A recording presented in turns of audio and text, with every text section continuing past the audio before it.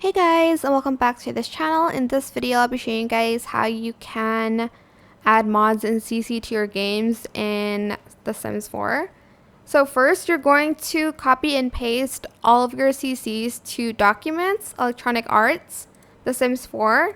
Go to Mods and select, well, you can place it in this folder here. I just named it Sim 4 Mods, and I basically added all of my stuff in there. It's a little bit messy.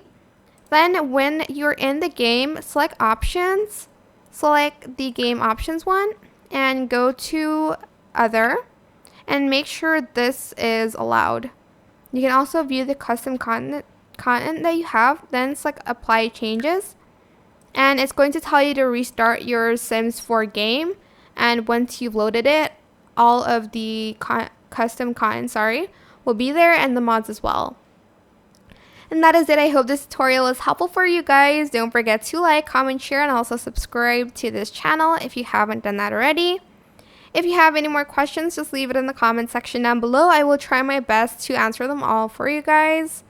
And if you found this video helpful, please click the thanks button above the description box down below. That is it for this video. Thank you so much for watching. Bye.